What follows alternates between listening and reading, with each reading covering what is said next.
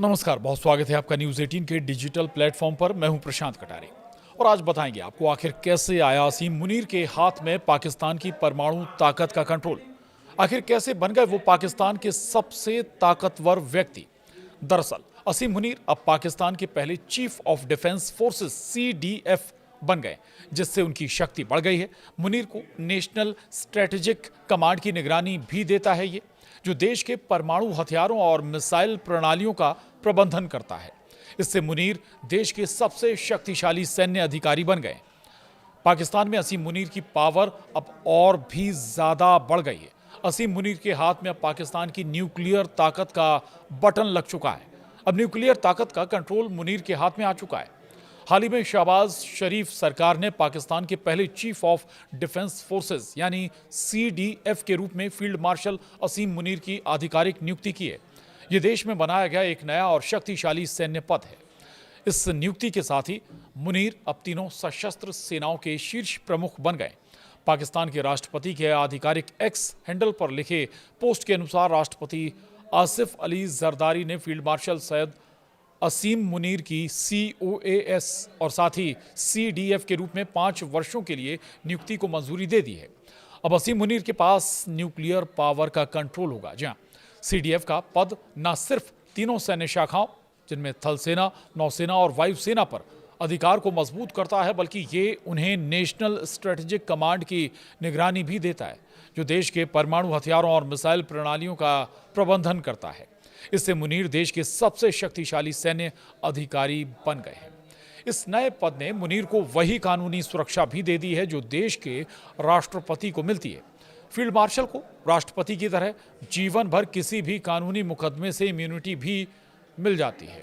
यही सुरक्षा वायुसेना और नौसेना प्रमुखों को भी दी गई है। पाकिस्तानी मीडिया रिपोर्टों के अनुसार अब CDF यानी चीफ ऑफ डिफेंस स्टाफ के पास उप सेनाध्यक्ष यानी vice chief of army staff VCOAS के पद के लिए नियुक्ति की सिफारिश करने का अधिकार होगा, जिसे बाद में संघीय सरकार की ओर से अधिकृत किया जाएगा।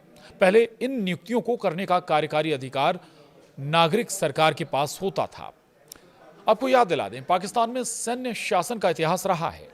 दरअसल 24 करोड़ की आबादी वाला परमाणु संपन्न देश पाकिस्तान अपनी स्थापना के बाद से 1974 से ही सिविल और सैन्य शासन के बीच उठापटक करता रहा है।